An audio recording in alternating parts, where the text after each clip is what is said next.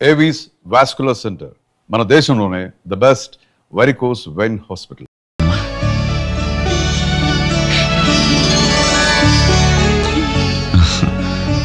అంజలి చెయ్యి. అప్పు చేసి తీసుకొచ్చావా అన్నయ్య? ఇదే ఆఖరపమ్మా.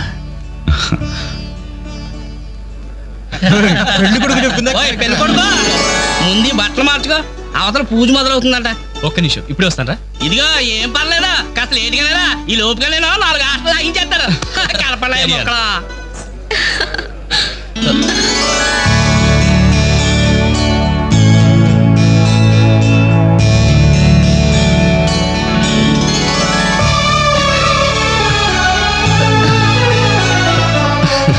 ప్లీజ్. ఏ అంజలి, పెళ్లి కొడుకు మిలిటరీ ఆఫీసర్ అంటే మోటుగా ఉంటాడేమో అనుకున్నాం. స్మూత్ గా స్మార్ట్ గా ఉన్నాడే.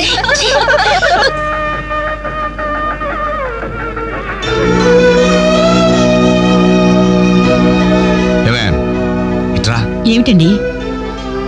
ఈ చైన్ రఘుకిచ్చి అల్లుడు గారికి వేయమని చెప్పు. రేపు మగపెళ్లి వాడి నుండి బావమరిది ఏమిచ్చాడన్న మాట రాకూడదు. ఆ ఇచ్చేదేదో మీరే ఇవ్వచ్చు కదండి. నేను ఇస్తే వాడిని అవమానించడానికి ఇచ్చాననుకుంటాడు. నువ్వు వెళ్ళు, నేను గుడికి వెళ్ళొస్తాను. రఘు, ఇలారా. ఏంటమ్మా? ఈ చైన్ తీసుకెళ్లి పెళ్లి కొడుకు ఇవ్వరా. ఎవరిచ్చారు? మీ నాన్నగారు.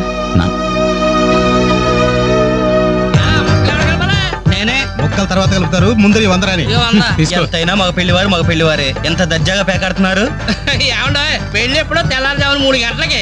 ఏం పర్లేదు, మీరు కూడా వచ్చాయి. రండి రండి. తొందరగా పదండి, అయిపోతుంది. మీరెళ్ళి అమ్మాయి రెడీ అయిందేమో చూడండి. రానివ్వండి బాబు, రానివ్వండి. ఫుల్ కౌంట్ రానివ్వండి. ఒరే, మొక్కలు తిరిగిన మొగోళ్ళతోటి పోటీకి వచ్చారా?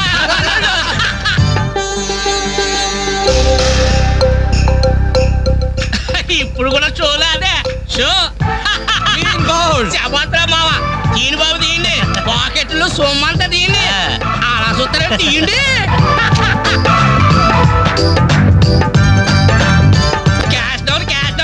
తర్వాత ఇస్తాను మరొక ఆట. ఏంటి బాబు, మరో ఆట ఇయ్యాలా? పాపం పాకెట్ ఖాళీ అయినట్టుందన్నా. పాకెట్ ఖాళీ అయితే మాత్రమేంద్రా, మెడలో చైన్ ఉంది, ఏడు కుంకలాలు ఉన్నాయి. బట్టలు తీసి ఆడమంటే సిగ్గుపడాలి కానీ మెడలో చైన్ తీసి ఆడడానికి తీయే అలా చూస్తామని తీయే.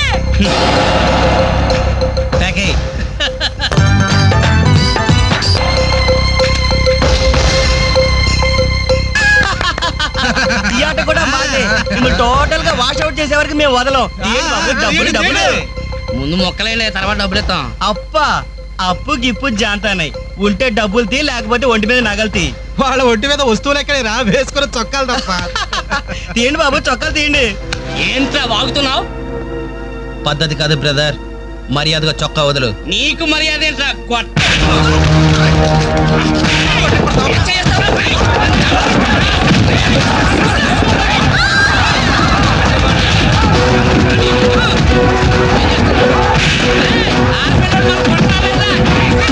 ఏమైంది? పెళ్లి కూతురు అన్న ఫ్రెండ్స్ మన వాళ్ళందరూ కొడుతున్నారా?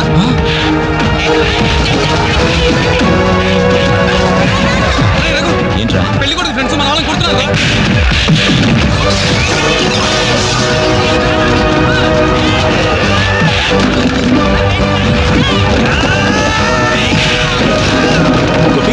గోపి, ఇందులో మన తప్పేం లేదుగా? మన తప్పేం లేదురా, ముందు వాళ్ళే చేసుకున్నారు. ప్రామిస్ రా.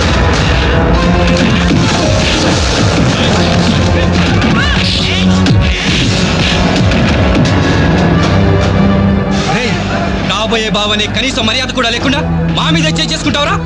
ఎప్పుడో వేకువజామున 3 గంటలకి నా చెల్లి మెళ్ళలో తాళిబొట్టు కట్టిన తర్వాత నువ్వు నాకు బావవిరా. కానీ వీళ్ళు పుట్టినప్పటి నుంచి నాకు ఫ్రెండ్స్ రారా.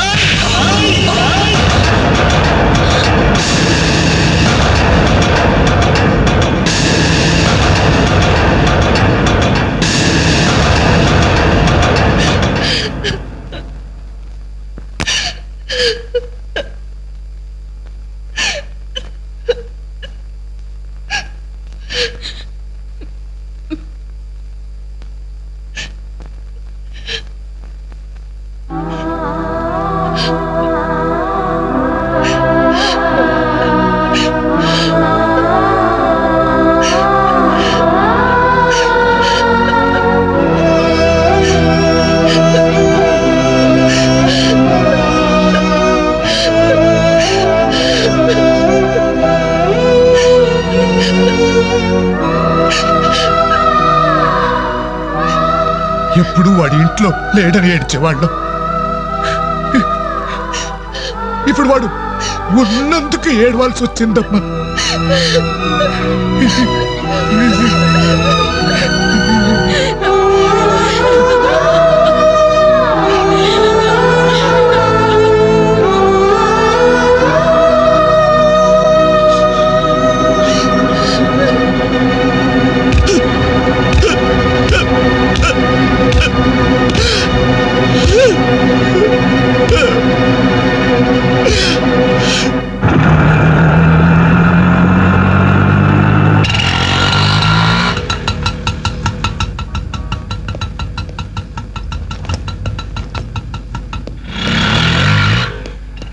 చిత్ర నేను రఘుని కలవాలి.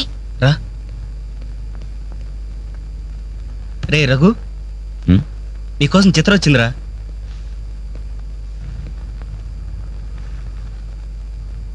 చిత్ర, ఏమిటిది? మా వాళ్ళు నాకు వేరే పెళ్లి నిర్ణయం చేశారు. అందుకే ఇల్లు వదిలి వచ్చేసాను. తొందరపడ్డావేమో చిత్ర. ఇంకా అక్కడే ఉంటే బలవంతంగానైనా నా పెళ్లి చేస్తారు. చిత్ర, నా చెల్లెలి పెళ్లి నా వల్లే ఆగిపోయింది. ఇంట్లో వాళ్ళకి మొహం చూపించలేక వారం రోజుల నుంచి ఇక్కడే ఉంటున్నాను. ఈ పరిస్థితుల్లో నాకు తెలుసు నువ్వు నీ పరిస్థితి గురించి ఆలోచిస్తున్నావు. నా గురించి కూడా కొంచెం ఆలోచించు. ఒక ఆడపిల్లని గడప దాటి పెట్టుతో సహా బయటకు వచ్చానంటే మా ఇంట్లో ఏం జరిగి ఉంటుందో ఊహించు. ఇంకా నా వల్ల కాదు. వెంటనే మన పెళ్లి జరిగిపోవాలి. చిత్ర, మూర్ఖంగా మాట్లాడద్దు. అన్నిటికీ పెళ్లి సమాధానం అనుకుంటే అలాగే చేసుకుందాం. అదిగో కనబడుతుంది ఆ దేవాలయం. అక్కడ తీసుకెళ్లి ఓ పసుపు తాడు కడతాను. ఫ్రెండ్స్ వస్తారు, ఆశీర్వదిస్తారు, ఏదో తోచిందిస్తారు, వెళ్ళిపోతారు. ఆ తర్వాత మన జీవితం ఏంటి, ఎలా బతుకుదాం? అందుకే చిత్ర, ఓ 2 నెలలు ఓపిక పట్టు. నాకు ఉద్యోగం వస్తుంది. రాకపోతే? వస్తుంది చిత్ర, రాకపోతే వస్తుంది. ఛే! నన్నెవ్వరూ అర్థం చేసుకోరు. ఇంటికెళ్తే మా నాన్న నన్ను అర్థం చేసుకోడు. బయటికెళ్తే చుట్టుపక్కల వాళ్ళు అర్థం చేసుకోరు. చివరకు నన్ను నమ్మి నాతో జీవితం పంచుకోవాలనుకున్నా నువ్వు నన్ను అర్థం చేసుకోకపోతే నాకు వేరే మార్గం లేదు. నువ్వు కాదంటే చావనైనా చూస్తాను గాని తిరిగి మా ఇంటికి మాత్రం వెళ్ళను. సరే, ఇప్పుడు నన్ను ఏం చేయమంటావు చెప్పు. ఏమండి, రఘు ఇంటికి వచ్చి వారం రోజులు అవుతుందండి. అయితే నాన్న, ఈరోజు అన్నయ్య పుట్టినరోజు. నాన్న, ఏం చేయమంటారు నన్ను? కేక్ కట్ చేసి ఫంక్షన్ పెట్టమంటారా? ఏమే, వాడు పుట్టినరోజని ఇదిగో 10 రోజుల క్రితమే బట్టలు కొన్నాను. తండ్రినే, కానీ వాడు చేసిందేంటి? ఈ రోజు బజార్కి వెళ్తే ప్రతి వాడు ఏమండి మీ అమ్మాయి పెళ్లి ఆగిపోయిందట్టు కదా, దానికి కారణం మీ అబ్బాయినట్టే కదా అంటుంటే తల ఎక్కడ పెట్టుకోవాలని తెలియక చస్తున్నాను. ఇదిగో నేను లేనప్పుడైనా సరే వాడిని గాని ఈ గడపలు అడుగు పెట్టనిచ్చావో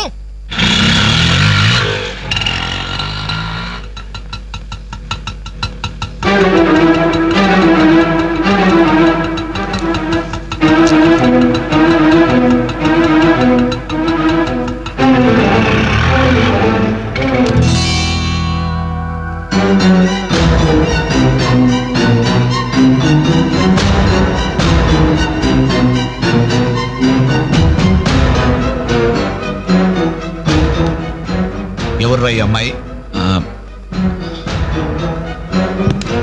నమస్తే అండి. నా పేరు చిత్ర.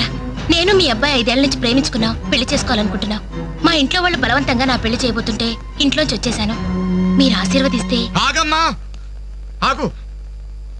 కాస్త ఊపిరి పీల్చుకుని మాట్లాడమ్మా, లేకపోతే నా ఊపిరి ఆగిపోతుంది. ఆగు. ఇదెవరో తెలుసా? నా కూతురు, వీడి చెల్లి.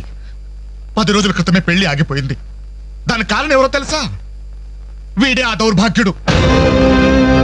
అవును, వీడిని ఎలా ప్రేమించావమ్మా?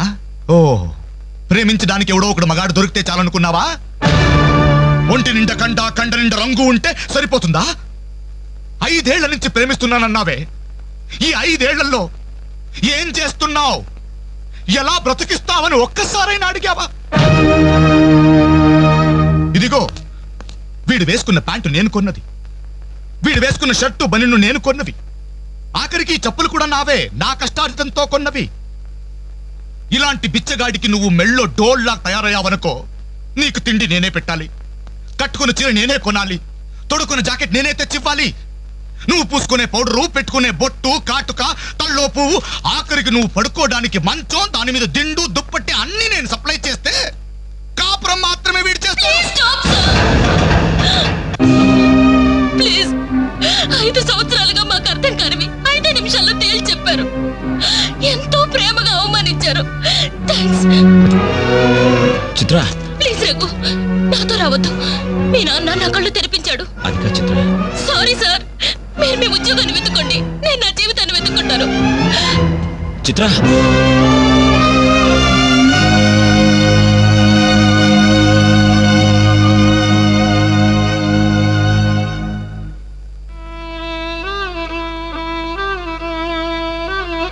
నాన్న, చాలా సంతోషం నాన్న. నా జీవితంలో మర్చిపోలేని అవమానం చేశావు. నన్ను ప్రేమించి నా మీద నమ్మకంతో వచ్చిన అమ్మాయి ముందు నన్ను మాటలతో చిత్రవత చేసి. అవును నాన్న, ఈ ప్యాంట్ నీది, ఈ చొక్కా నీది, ఇదిగో నే కట్టుకున్న వాచి, వేసుకున్న చెప్పులు అన్నీ నీవే నాన్న. ఆఖరికి ఈ శరీరం, ఈ ప్రాణం కూడా నువ్విచ్చిందే నాన్న. నేను నీ రక్తం పంచుకు పుట్టిన నీ బిడ్డను నాన్న. నాకు నువ్వు కాక ఇవన్నీ ఎవరు, ఇంకెవరిస్తారు నాన్న? తండ్రి అనేవాడు కొడుకుతో 5 సంవత్సరాల వరకు తండ్రిగా ఉండాలి, 15 సంవత్సరాల వరకు గైడ్గా ఉండాలి, 15 సంవత్సరాల తర్వాత ఫ్రెండ్గా ఉండాలి అంటారు. కానీ నువ్వు నాకు ఏ దశలోనూ ఏమీ కాలేదు కదా నాన్న.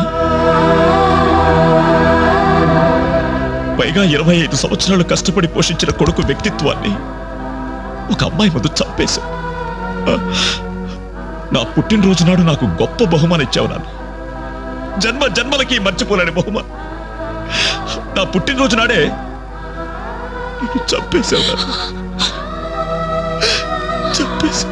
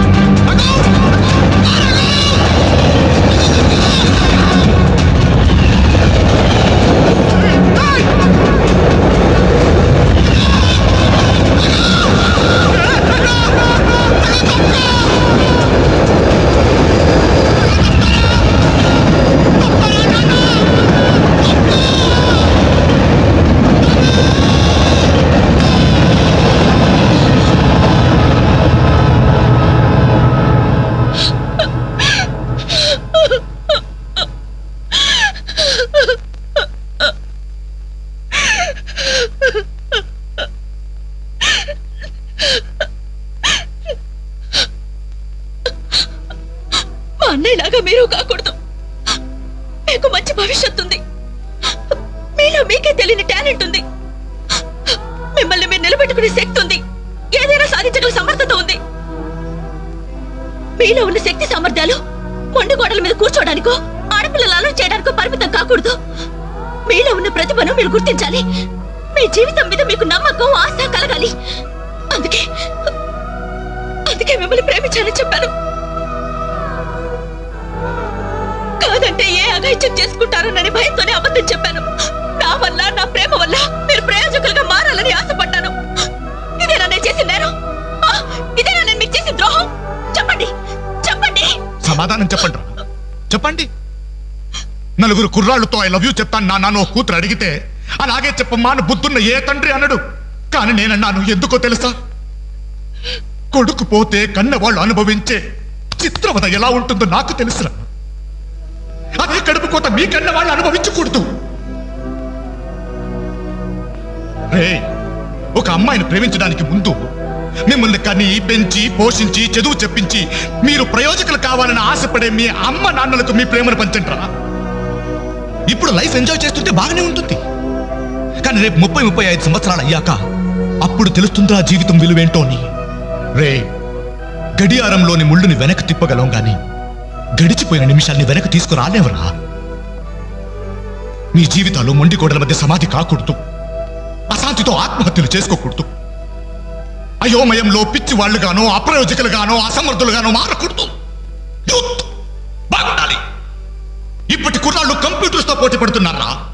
మీలాంటి కుర్రాళ్ళే పిల్లల గోపీచంద్, విశ్వనాథ్ ఆనంద్, సచిన్ టెండూల్కర్ అలా కారణాలు మీకు. బాగుండాలి మీరు. Youth our future. బాగుండాలి, బాగుండాలి.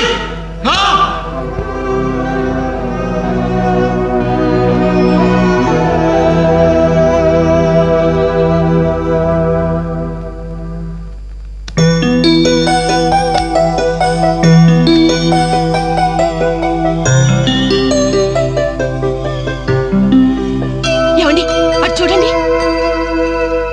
అలా చూడు. ఏమండి అటు చూడండి.